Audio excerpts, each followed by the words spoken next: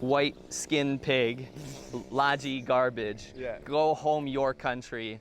You get out China. Yeah.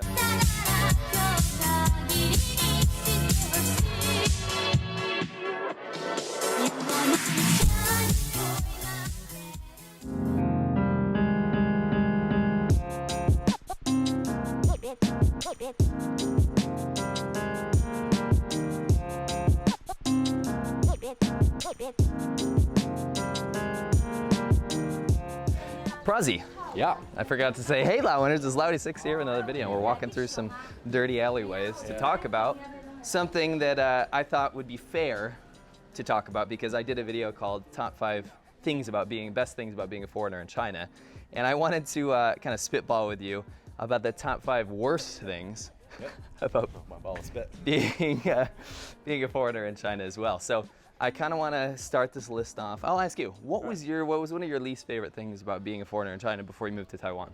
In no particular order, probably just general inconvenience, I think. Like, for example, you know, I went to Japan not long ago, and it was so easy to get a train anywhere. You could stay anywhere. All the hotels accept foreigners. Right. They don't really mind. But in China, I remember when you and I would travel around, or especially you and Winston, it was so annoying sometimes to try and find a hotel because not all of them accept foreigners. You have to have like a license or something like that. I don't know the details. That's the stupid thing about that is actually you don't need a license. Okay. They got rid of that years ago, but they can't be bothered to try to figure out how to put your identity in the computer. Yeah, so it's in English. Yeah, and unlike most countries, you actually have to register with the local PSP. It's like an old communist thing. Yeah. So like if you're a foreign guest, you have to register yourself with the local police. So if they don't know how to do it, they're like, no, foreigners can't stay here. I did a video about this, but like basically you'll be really frustrated unless you try to stay at 5-star hotels in China. Yeah.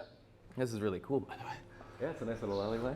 Our old stomping ground. But it's not fair because you don't want to spend hundreds of dollars. You want to be like the locals and be able to stay wherever you want. Sure. I think what we're trying to touch on is more of a bureaucracy red tape thing, right? Like for example, you have to take your passport everywhere because if you want to take a train or whatever, they need to know where you're going because they track where all the kind of foreigners are traveling to, and also.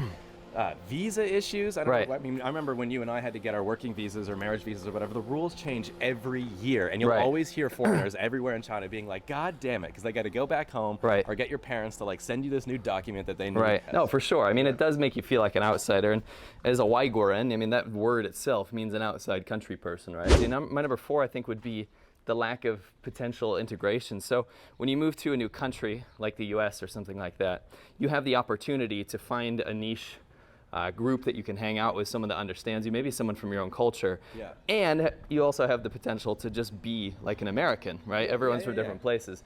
Whereas in China, I mean, I could probably say this for Japan as well, but I haven't lived there. But in China, like, no matter what you do, you could be the most fluent Chinese speaker in the world. Well, you're a pretty good example. You're married, you have a kid, you have a Chinese wife, you speak Chinese, and you know pretty much. Are you not supposed to be here? I feel like we're walking into a family. Oh, whoops. So we walked into someone's house. Yeah, but anyways, you're a good example of that, and no matter how hard you tried, well, you can. I mean, like, especially with the in-laws and stuff, like, I'm still just the foreigner. Like, it doesn't matter what I did. Yeah. And it's really discouraging because you put in the work, you put in the effort, you learn the language, you learn the customs, you learn the ins and outs, the humor, everything, right? But yeah, and we're not trying to say we want to be Chinese. I think a lot of people make that mistake. They're like, why would you want to be Chinese? Or blah, blah, blah. China doesn't want you. It's like, that's not the point. We just want to be at least accepted, to be, a part of it kind of thing. But you're always on the outside, and they'll always revert back to like, well, you're not Chinese, you don't understand. If you question something, say. And it's kind of interesting because even if we're not even talking about like, I don't want people to walk around complimenting me all the time because I fit in so well. It's not that. It actually counts against it because I think we're walking to someone's house again. I think that actually counts against it because if people constantly say, wow, your Chinese is so good after you say ni hao, it's like a slap in the face. It's like, I know a little more than that. But anyway, like, you'll never be Chinese. Made a video about that on ADV, but that's one of the ones that really pisses me off. What about you? For the number 3 thing, I think it's just the stereotypes of being a foreigner. So something, I get this a lot where it's like, I'll make a video about something, an opinionated piece. My Shanghai thing was a good example of that. Right. And people can't stop saying something like, you moved to China because you're a piece of shit. Oh, sorry, I can't swear.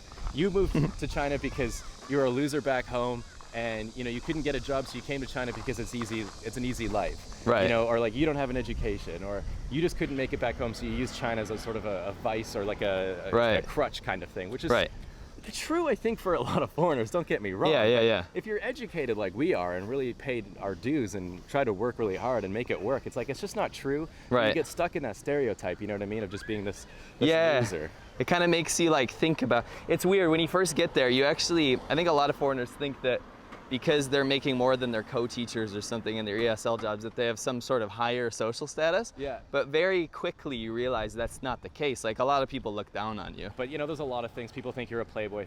People think that you're just going to treat women like shit and all that kind of stuff, which is, honestly, I have met a lot of foreigners like that. It just sucks when you're put into that group, and a lot of people project that sort of stereotype on you, and there's no escaping it. It sounds weird, okay? Yeah. It sounds like we're bitching about Chinese people. I'm going to bitch about foreigners for a second. We're getting spicy. Yeah. Get ready for them comments. Now, being a foreigner in China means that you're probably going to be in an area in this country that's quite homogenous, and you might be quite the spectacle when you walk around, right? Yeah.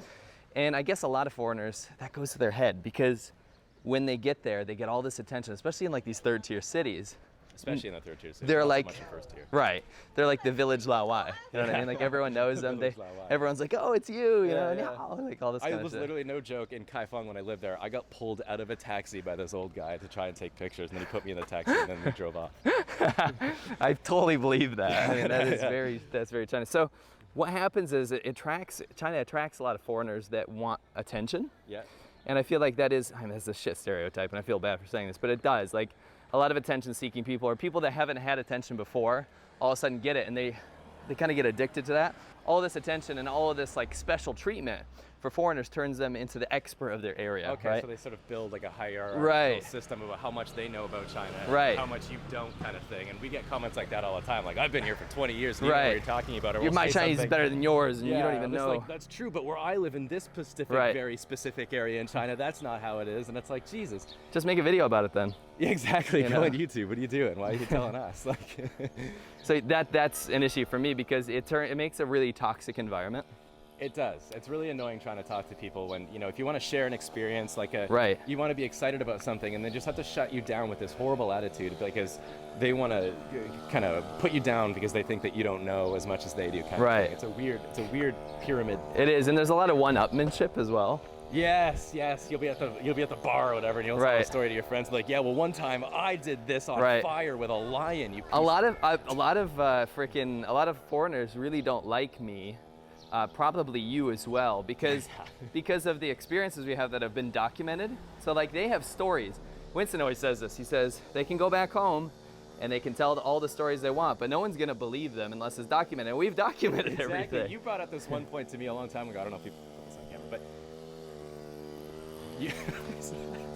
you brought up this one good point a long time ago, but it always stuck with me, and it was something like, can you imagine if you're this foreigner, right, and everyone's all excited for you to leave, and they're like, yeah, you're going to do it, it's so cool, you're on this great adventure, and people kind of admire you for how brave you are about moving abroad and experiencing this whole new thing, you know what I mean? Right. And you're used to that, right? And then all of a sudden your mom sends you a link to one of our videos, and it's someone on camera doing stuff that you haven't done yet. You're like, wow, look at these people. And all of a sudden you're like, man, screw those guys. Yeah, what the hell? Yeah, Exactly. It's like a butthurtness because not everybody. There's a lot of foreigners. I meet a lot of subscribers on the street or whatever, and they're like, thank you for your videos. Most people are nice. Yeah, most people are like, thank you for your videos because I learned a lot before I went. Or they'll move somewhere else. They'll go to Korea and they'll be like, thank God I didn't go to China. Or they'll visit China for like 2 weeks and not like it, which is fine. Some people love it. But we do get a lot of foreigners that are like kind of butthurt because we are sort of, I don't know, taking away that sort of special moment from them, I guess. For sure. And that's just a bit big-headed, but that's I know, but it's something that you kind of have to experience to understand. It sounds awful, but it's really annoying. Yeah. It's really freaking annoying. Now, the last thing we wanted to talk about, and this is no particular order, I would say. It's not the most annoying. It's just one of the most annoying things. Yeah, that's freaking cool, eh? It's like a Dao. Is it a Dao? Yeah, Buddhist things are. Well, it might be Buddhist, but Buddhist things are usually less ornate. Do you remember some of our videos? We go like, when you come to China, you can't expect to see some like dragging the ornate temple. Yeah. And we're literally walking by it while doing what Beautiful. Anyway, continue. So the last thing we wanted to talk about was the attention you get as a foreigner. Now, you made a video talking about how this can be a good thing. Yeah. But it can also be kind of an annoying thing. Right, yeah. So it kind of ties into the whole foreigner becoming the expert of their area because they get so much attention. They're like loved by the locals. Now, the attention can be very unwanted sometimes. Yep. Even if it's positive, you can't go through every day and be like getting shouted at Laowai on the street. Hello, foreigner. Hello, Chinese person. Okay. How are you? Hello, afternoon, foreigner. What are you from? Hello. 你看外国人, look at the foreigner. It gets super tiresome. Yeah, or you'll be in the elevator and they'll be like, there's some like 1-year-old kid who like absolutely cannot speak, just developmentally, but the parents will be like, say hello. Yeah. So practice your English. Go steal the English. Yeah. Go like, get the I'm not English. being paid to talk to you right now. What the hell? That sounds so bad. It is true. It gets annoying I because know. sometimes, and I've said this, is this someone's house again? Yeah. God damn it.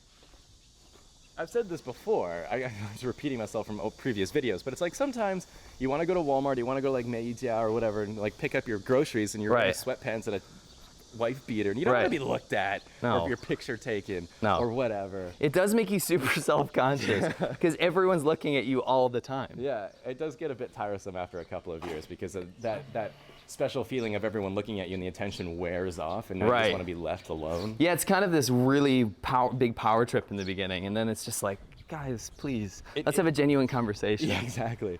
And that's why it's hard to meet friends, right? Because they have that kind of thing where they're looking at you like that. And it's like, well, I don't know. You're the token foreigner, you know, like. Yeah.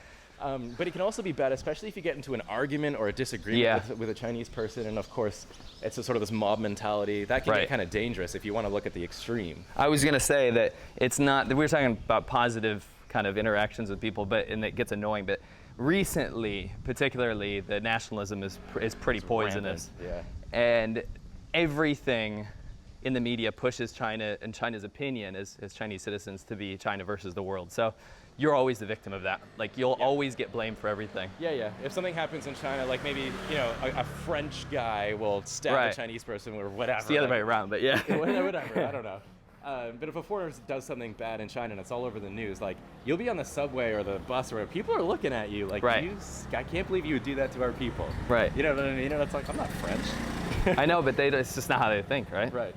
So those are like the 5 worst things about being a foreigner in China. If you haven't seen the previous video, go check that out because obviously it's balanced. Yeah. But I wanted to do this because I think it kind of makes everything succinct and it lets people kind of know what they're getting into if they want to go there. Let me ask you if you could predict the hate comment of this video. What do you think it's going to be? Like the best one. The best hate comment. It's going to say, you white skin pig, Laji garbage, go home your country, you get out China. Yeah. Off. I think it's going to be a lot of foreigners as well saying you guys are just out to make China look bad. Okay. I think that's what it's going to be. I think it's just going to be. I like the comment predictor. That's kind of a cool fun feature. So I want to direct everyone over to Prozzie's video. I was thinking about having a conversation about all those negative things that I talked about. Yeah. Do they pertain to you in Taiwan? Here in Taiwan. Yeah. Okay. So head over to youtube.com/Prozzie. And I want to say thank you so much to Laowinners. And if you want to see more behind the scenes stuff that we can't talk about usually, go over to patreon.com/Laowinners. Thank you so much to Laowinners. I'll catch you on the next one. I did it.